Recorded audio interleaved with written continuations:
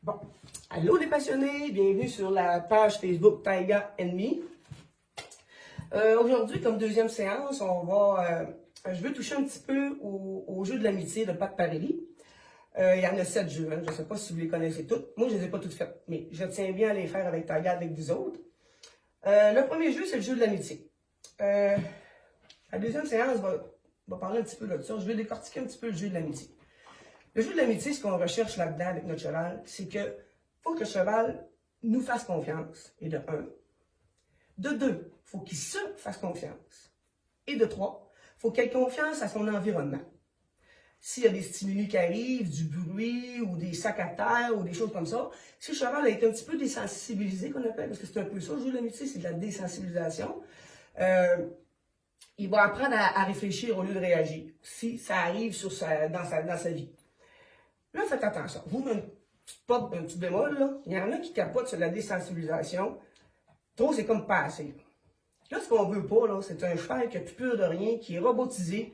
On jurerait qu'on l'a sédaté. Il est même plus connecté à son environnement autour de lui. C'est pas ça qu'on veut.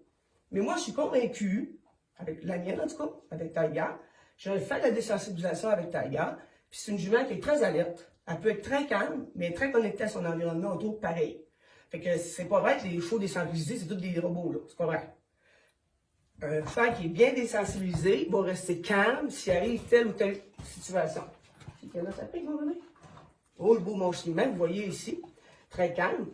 Alors, ce que je vais faire, la première chose que moi je pense, qui est très importante, hein, c'est de toucher votre cheval avec vos mains. Partout. Si vous n'êtes pas capable, si votre cheval n'est pas à l'aise quand vous le touchez partout, imaginez si vous arrivez avec un sac de plastique. Oh. Le cheval a fait un pas, je recule 2 pas. Donc, imaginez, il y a amené un sac de plastique. Il y en a un sac de plastique quand il n'est même pas à l'aise avec votre main. Vous avez un bon modèle avec vous autres dans ma page parce que Taiga, c'est une jument qui a été traumatisée au visage par rapport à de l'embarcation trailer. Puis, c'est une jument qui a été qui a été blessée lorsqu'ils l'ont emmenée chez moi. Ça fait 1 an et demi, je l'ai Taiga, là, je vous le jure, là, ça fait pas bien 6 mois que je suis capable du toucher au visage. Elle ne voulait absolument pas, elle avait perdu la confiance de la main humaine au niveau du visage. Le corps, c'était pas pire. Mais le visage, c'était marqué bien pas me toucher.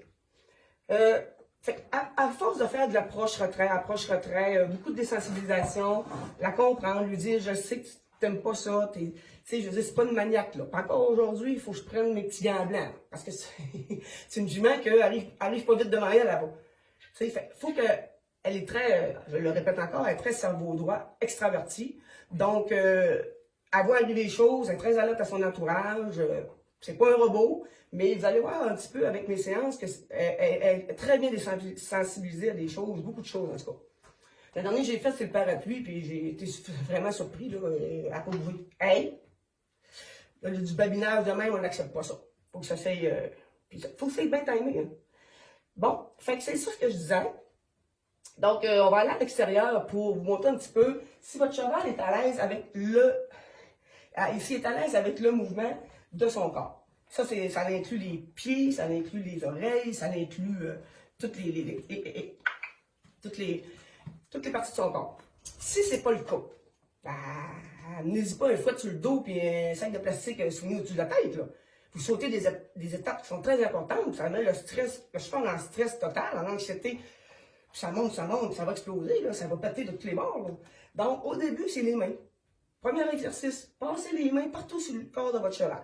Si je le fais dans l'écurie versus dehors, ça va être 2 choses différentes. Ici, dans sa petite zone de confort. Dehors, on va arriver avec des stimuli. Il y a du vent, le monsieur passe le 4 trous, le chien qui jappe là-bas. Donc, il va y avoir des stimuli. Mais on ne peut pas contrôler tout ce qui se passe autour du cheval. Alors, c'est à elle de gérer son anxiété, puis d'apprendre de dire, regarde, je vais réfléchir au lieu de réagir, au lieu de me sauver, je vais analyser ce qui se passe, c'est-tu dangereux ou pas. C'est sûr qu'il touche dehors, peut-être bien que ça va être différent. Mais on va le voir, je l'essaye avec vous. Comme je vous dis, là, moi, je ne suis pas censuré. Vous allez voir ce que ça donne. Parce qu'un cheval, il faut qu'il soit à l'arrêt, bien à vos côtés, avec votre main. C'est la première chose. Commencez par la main, puis après ça, on ajoutera peut-être le stick, on ajoutera après ça le sac. On n'est pas rendu au sac de plastique ni au drapeau. Allez, chérie? Voilà. Ça, là, une chose de même, là, je n'étais pas à faire ça, là, 6 mois. C'était impossible. Puis le chanfrein ici, puisqu'il ne voyait rien. Il y a une zone comme knockout, comme on dit. C'est un blackout. J'étais pas capable de toucher. Là. Parce que dites-vous qu'un cheval qui se laisse toucher ici, c'est un cheval qui vous fait confiance. Parce qu'il ne sait pas ce qui se passe entre les yeux ici. Voyez-vous? Ça, là, 6 mois, là, mon Dieu, je n'étais pas capable de toucher à la tête comme ça. Fait que ça, c'est avec du travail. Puis ça, c'est un travail à long terme. Hein. Pensez pas, je vais la toucher, puis demain, c'est fait, là. Et que non. Ça m'a pris pratiquement 1 an. Je vous le dis, là, 1 an, le corps, ça allait bien, mais le visage, dû à son trauma du transport, elle a eu une chaîne sur le nez, elle a été blessée, elle s'est venue enfler ça de pêche le lendemain, là, quand elle est arrivée ici, j'en pleurais.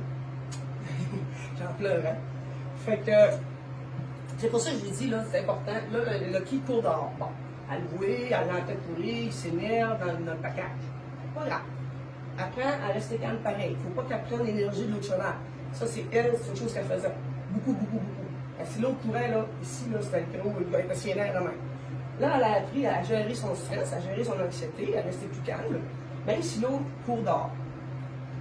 Ça, c'est une bonne qualité. Ça, c'est ta force. OK, fait que là, ce qu'on va faire, on bouge pas.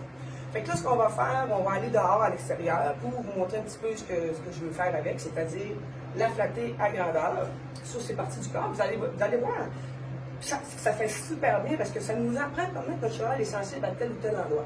Moi, je sais que son encolure, elle, c'est pas une place qu'elle capote. Elle va se laisser faire, mais, tu sais, mais ça pas trop. Les pieds, les fers, les dentarières, les épaules, le garrot au début, elle avait de la misère avec le garrot. On apprend à voir ce que notre cheval est sensible, ce qui est vraiment vulnérable au niveau des endroits. Puis en plus, ça nous permet de. Ici, t'as bien. Ça nous permet aussi de vérifier si le cheval a des blessures. Tu sais, je veux dire, y a-t-il une blessure à la patte? Y a-t-il un inconfort au genou? C'est très important. Fait que moi, je trouve que c'est une belle attitude avec son cheval. La première chose à faire, c'est de le flatter pour qu'il soit en confort. C'est la première chose à faire. Puis vous allez voir dehors, peut-être que ça ne fera pas pantoute. Je vais le faire avec vous. Là. Moi, normalement, je sais que j'ai pas trop de problèmes, mais c'est une journée, c'est pas comme l'autre journée. Hein? Une journée, ça suit, mais ne se ressemble guère. Alors, on va aller dehors. Hein? On va aller dehors, mon bébé? OK. À tantôt, ça se voit dehors.